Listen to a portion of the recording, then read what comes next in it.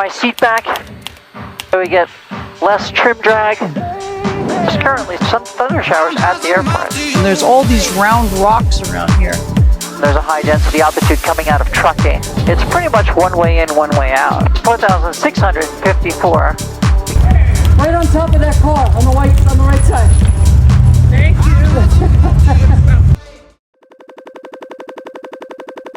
Welcome back to Winging It. We're going to go to Truckee today. It's beautiful up there, the weather, so we're going to take you with us and come on and enjoy. And maybe point out a few things on the way. Seems to be a habit of mine. 22 Juliet Bravo, right turn at the shoreline approved, runway 21, cleared for takeoff. Traffic in the upwind is going to turn right over the water, so keep them off your left. Okay, keep them off our left. 72 Juliet Bravo, thanks. Here we go.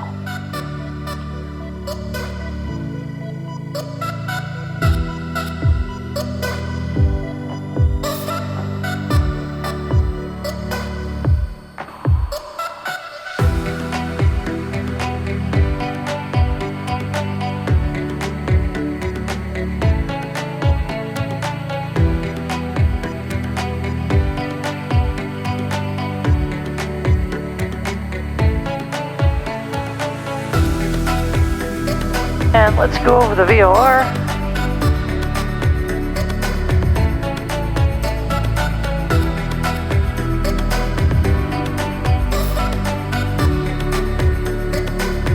November 736 again. We've completed that turn, just so you know, traffic. Roger. And we didn't exceed the maximum recommended manifold pressure this time, so we didn't have to come back on the throttle. Thanks for pointing that out, whoever that was. I don't have 22 Juliet Bravo, traffic 12 o'clock. 1 mile, same direction, Skyhawk, 1,600 indicated. Yeah, we got that Skyhawk that took off in front of us in sight for 72 Juliet Bravo. Number 2 Juliet Bravo, roger. This is fabulous today. I'm loving this today. Parasitic drag is minimized. Look ahead temperatures, turbine inlet temperatures, everything looks good. Looks great, actually. We're climbing out at roughly 135 or so. I appreciate you all watching, and I hope you're enjoying this wonderful flights that we're able to do in such a beautiful airplane. If you look at this little magenta, you'll see this magenta right under the 330. That's exactly where you're headed. It takes into account your wind. So that's actually your current direction. And in order to get that perfectly aligned, our heading would have to be there. So you can see that you can look at your forward vector and make sure that that actually checks out. A funny feeling this is going to be a very quick trip to Tahoe. Really beautiful. I love the tops of the mountains around here. Really, really nice. The ocean. You don't want to get a too rich a peak. Carbon fouling of the plugs, too lean a peak. Lead bromide. So I like to run about 60 rich a peak. We're a nice 200 knots already, considering we have almost full tanks. Hour and 20 minutes we'll be in Tahoe. That's amazing. I love this plane. I love our followers. Thank you so much for following the channel. I hope you enjoy it. Maybe, occasionally, pick up something, as I'm sure I would pick up from watching some of you fly as well. It's so smooth today compared to normally, right? Usually over these mountains, boy, it's pretty smooth. My seat back, so we get less trim drag. We go faster. On this side of the mountains, we're going to have a little bit of downdraft, plus we have the vegetation. And that's going to suck us down a little bit of downdrafts from the mountains, because the winds, we have a tailwind, right? So on this side of the mountain, we're going to have downdrafts plus vegetation, and that kind of suck the energy out of the plane, so we're barely doing 200 knots. There's some little, very mild stratocumulus clouds build up there, and over there too. Right at the 103, traffic 11, moon, 12 o'clock, 5 miles. Right at the haze layer. Obviously, I think we're above that, so it's much smoother. And we're burning 21 gallons an hour and doing 201 knots. Not bad. At a very comfortable altitude, and as we talked about before, it goes by the 3/2 of the weight, the power necessary to get that to that same coefficient of lift. So you can actually go A little bit faster as you burn off fuel. We're still in the downdraft area. We're coming up on these clouds up here, and the mountains always make their own little micro environment. See that those clouds starting to build over there over the highest parts of Sierra Nevadas. Let's see what the minimum safe altitude is and see if we can get there direct. I don't think we can. I think we'll fly the typical, we'll go towards Hangtown and then turn in. I don't want to go over the highest parts of the mountains if we don't have to. Let's put in Hangtown. That's how you do it when you're IFR anyway. HNW. Let's see how far that takes us off of course. And that'll keep us clear of those mountains. For now, we can always turn in a little bit sooner, but for right now, let's stay away from the mountains and the cumulus or stratocumulus buildups. I'm hoping that there's pilots out there that can share other ideas, things that they do, tricks that might help, you know, your fellow Mooney pilots. And for those that are not pilots, I hope you're enjoying this because there's some beautiful sights from up here. And if you didn't see our last video, on the way back from Palm Springs, there's the end of the video is just some beautiful footage with some nice music that is just worth looking at. I've been flying for obviously many hours, and the footage when I looked back at it, pretty incredible. I think one of the most beautiful videos that we've made. So if you get a chance, it's worth taking a look at the last few minutes of that video. It's so beautiful. We have a nice tailwind right now. We're doing close to 216 knots over the ground, which is nice. So right here is the buildup, and you can see there's actually precipitation there. Just to the November 301 Hotel Delta. Actually, just to the east of us, over those mountains. 16,000. That will be your final port flow. Okay, no worries. You can see that there's actual precipitation. It's actually raining in the mountains today. And from here on, you have no weather. You can see it because of the mountains that are there. We can show it on the topography page by putting on the next rad. One Hotel Delta. But you can see that right over the mountains, right where the mountains begin. And then direct. So you have the build-up. You look at the airport facility directory, you want to stay for noise abatement. There's special noise abatement procedures. Stay away from the northwestern portion and the southern portion, south of the airport, because that's where the residential areas are. But when you come in most of the time, and the better approach is actually in 2-0. When you have to come in bad weather, you're coming in 2-0. We can see today at the ratio of the indicated and true airspeeds, we'll see what our density altitude ratio is, and then we can square that, and we'll see how much more runway we're going to be needing to land, because as one of the viewers pointed out, that Truckee sometimes can get density altitudes above 9 or 1,000 in the summertime. And yeah, it's 4,654. You know, 90% more if you're used to using 2,000-foot runway in this airplane, and a lot of people do. And so if you're comfortable at 2,000, 90% more runway is now you're talking about 4,000. More importantly, taking off goes by the fourth power of the ratio between the indicated and the true airspeeds, or the square of the density altitude ratio. So you're going to need, for a standard piston powered airplane, non-turbocharged, you're going to need the ratio, you're going to need the density altitude squared extra distance. So you need one because simply the air is thinner, and another one because with a non-turbocharged airplane, you don't have the thrust that you normally have. You can't make the, and that drops off as well by the, pretty much linearly with the density altitude ratio, right? If you have an ovation and you're coming out of there, then in order to be safe, you're going to use 10% per 1,000 feet. So if it's 90% extra, that'll be 90% more runway. So for takeoff, you'll need 90%. You're just going to need the 1 over the density altitude ratio for landing. So if you're at 10,000 feet is roughly 3/4, right? So you're going to need 4/3 what you normally need for landing, just based on the airspeed and the density altitude's effect on the thinning of the air. But for takeoff is when it becomes more important for people that are non-turbocharged. So you can use, roughly 3.5, 4,000 feet. If you're used to using 2,000 for takeoff in an Ovation, you might need close to 4,000 to take off there. So, and there's mountains beyond, when you're taking off a 2-0, you're taking off into some higher elevation. So oftentimes you'll take off there on runway 29 because that's a little bit flatter and it'll give you a little bit less of a climb gradient when you're taking off when there's a high density altitude coming out of Truckee.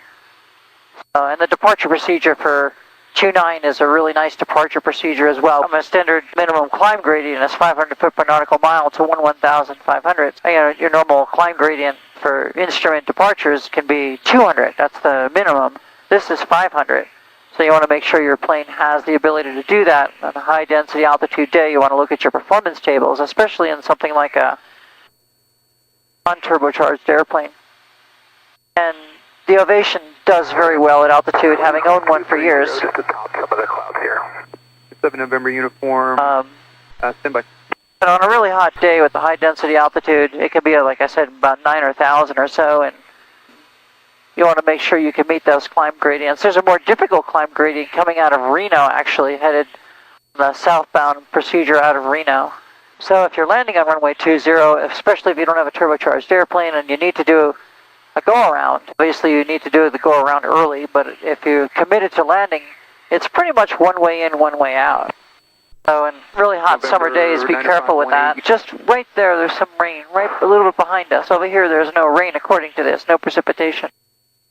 There's some areas of what appears to be a little bit more moisture, and there's actually a convective SIGMET that we're just going to be just west of.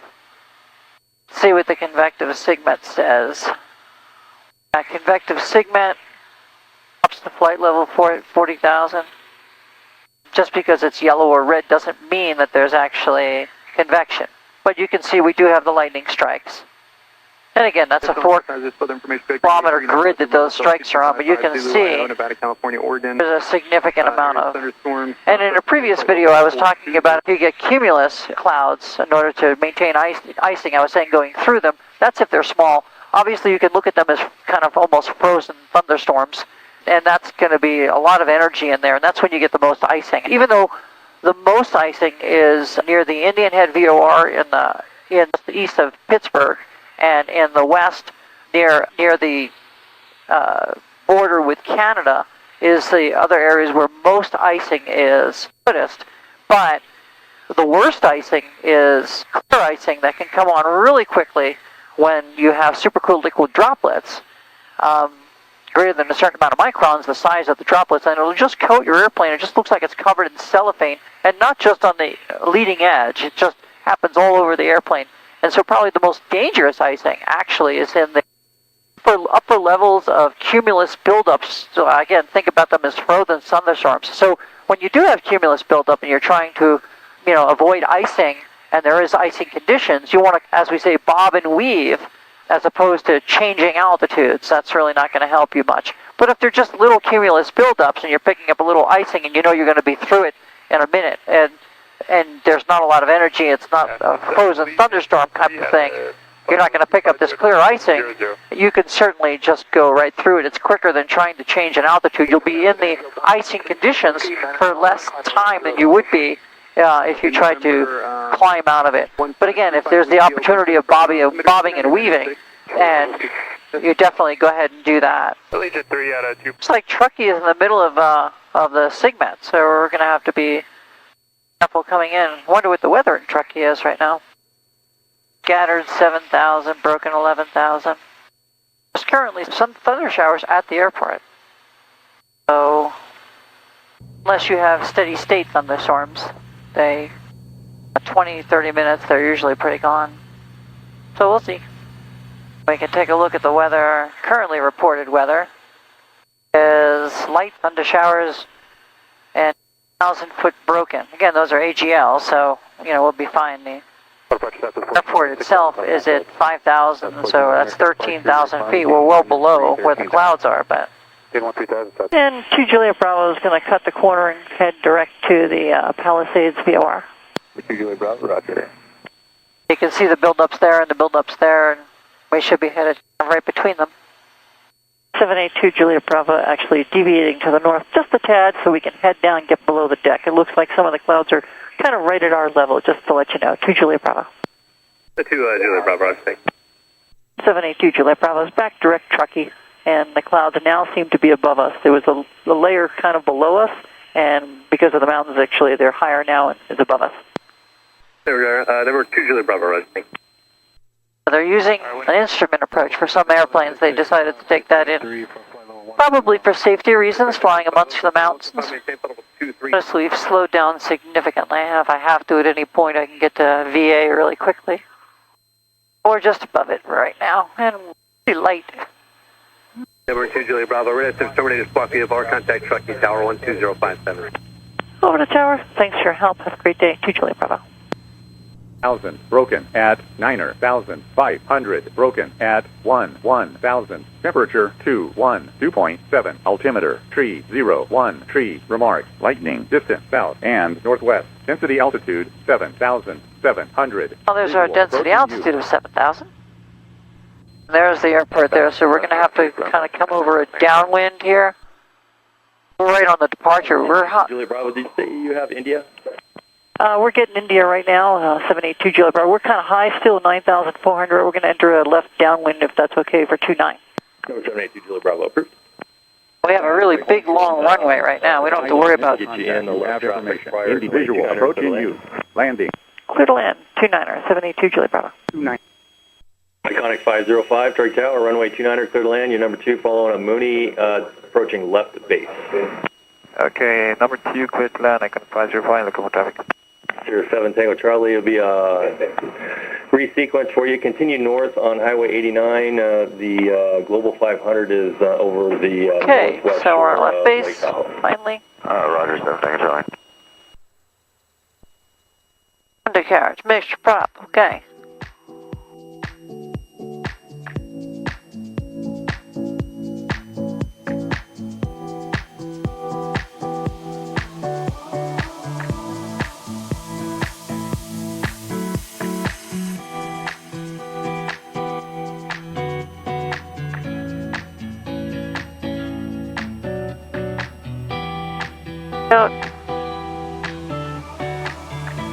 Update on the winds tower for 2 Juliet Bravo. Wind 240 at 14, gust 19er. Appreciate it. 2 Juliet Bravo. Roger.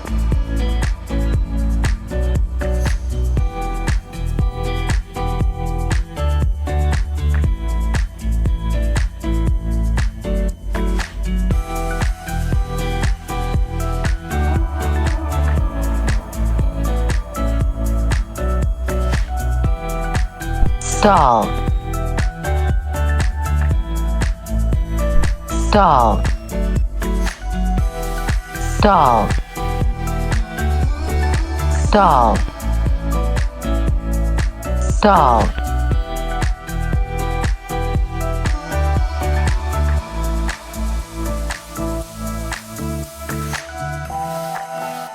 Mooney 2 Juliet Bravo, left at Foxtrot, ground 118.3, get it.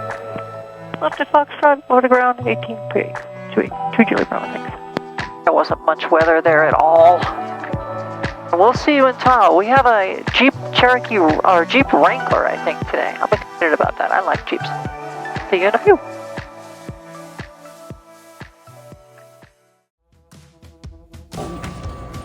He's coming right towards us. He's coming. Oh, yeah.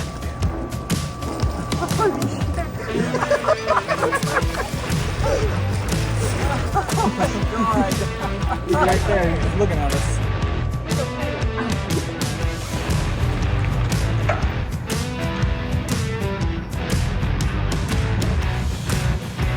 Come on. Like food or something.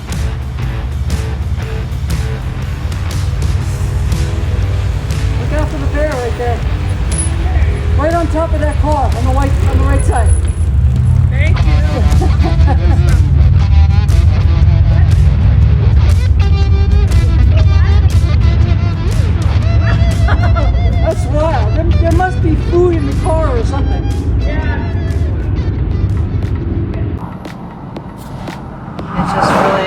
blows my mind. I hope anyone watching gets a chance to do this at some point.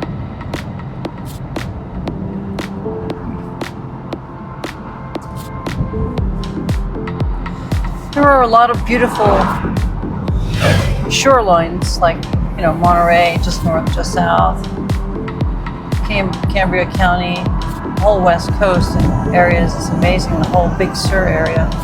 But this on a lake is just spectacular. Especially because the lake is 22 miles long.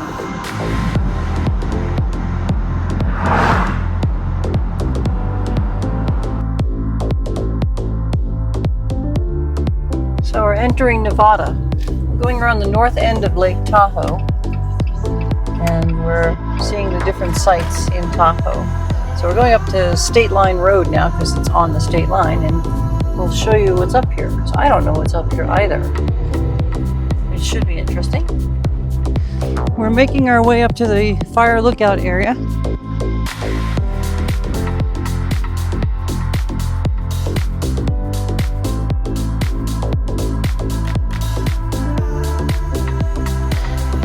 And we're here.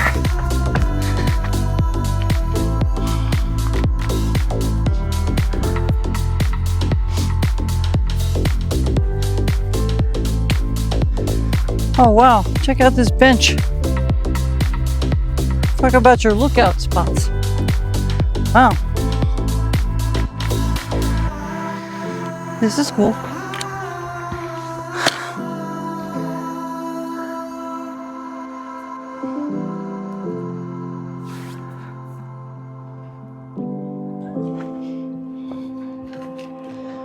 Nice.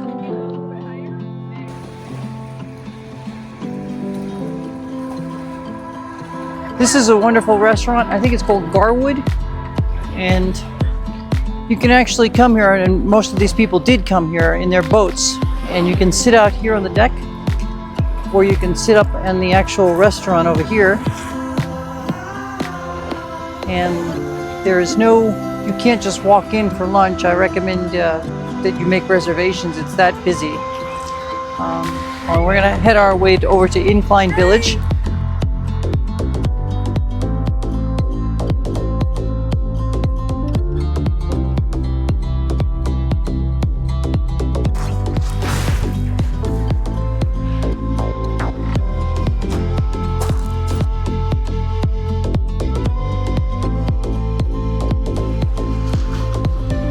I think this is probably one of the most beautiful places that I have seen, and it's called the East Tahoe Trail, and we're near Artist Point, but a little bit further south, and it just really shows how this place was formed, you know?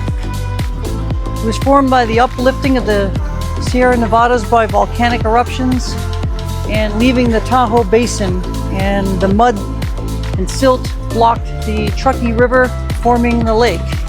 And it's just and then glaciers ended up shaping things, and there's all these round rocks around here.